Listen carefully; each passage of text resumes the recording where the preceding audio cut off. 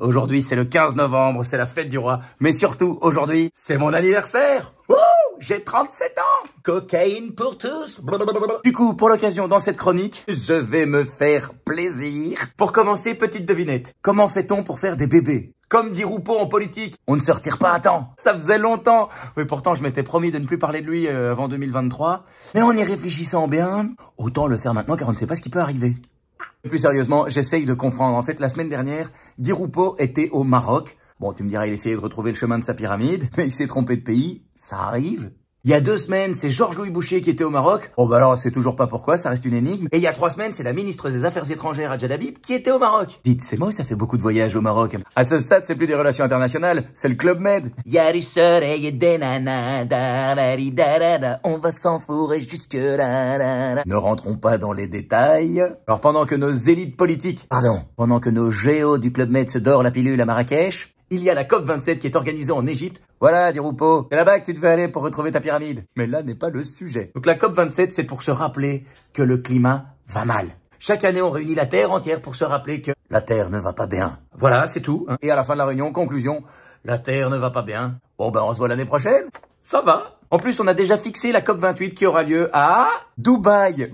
Niveau crédibilité, y a pas. Et quoi la suite? Les Marseillais vont présider la réunion? Je ne vous le cache pas, écologiquement, je suis un peu perdu. Je suis... Ah non, attends, même Greta Thunberg a commencé à défendre le nucléaire. Alors moi, je ne suis pas contre, mais en Belgique, sont dans quel état nos centrales, hein? Donc je demande parce qu'il y a des enquêtes qui disent qu'on retrouve des fissures sur le béton de nos centrales, et il y a des contre-enquêtes qui disent non, ça va, ce sont des micro-fissures de 18 cm de long. Je suis pas un expert, hein, mais micro-fissure 18 cm de long. Honnêtement, tu dis à un mec qu'il a un micro-pénis de 18 cm de long, je peux te promettre que le lendemain, tu le retrouves sur la grande place de Bruxelles en train de faire l'hélicoptère avec pendant plus de 24 heures. On sera obligé de faire intervenir la police en disant « Georges-Louis, Monsieur Boucher, rangez ça tout de suite. » Oui, bon, on sait que vous aimez bien passer dans les médias, mais il y a d'autres façons de se faire remarquer. Et au milieu de toute cette confusion, heureusement, il y a le retour aux bonnes vraies valeurs. Des choses qui ne changent pas. Les repères de chez nous. Un nouveau scandale au Parlement wallon. Alléluia! Wouh! Sérieux, si vous cherchez la réputation du monde politique wallon, elle s'est perdue au milieu d'un Jackie et Michel dans la rubrique Boucaquet, et croyez-moi bien, ça dégouline. Alors je m'explique. Selon le communiqué officiel, il y a eu des dérapages budgétaires au Parlement wallon. Dérapage, euphémisme, hein. Oh, bah là on est carrément sur du glissement de terrain. En travaux d'agrandissement du Parlement. Bon, bah déjà en Belgique, quand un dossier commence par travaux, ça pue le doute. Donc travaux d'agrandissement et en plus du Parlement wallon. Oh, il y a cumul de doutes. 10 millions d'euros. Ça, c'était l'estimation de départ car au final, ça va coûter 46 millions. C'est ça qu'ils appellent un dérapage. Et le deuxième dérapage, oui, parce qu'ils ont dérapé une deuxième fois.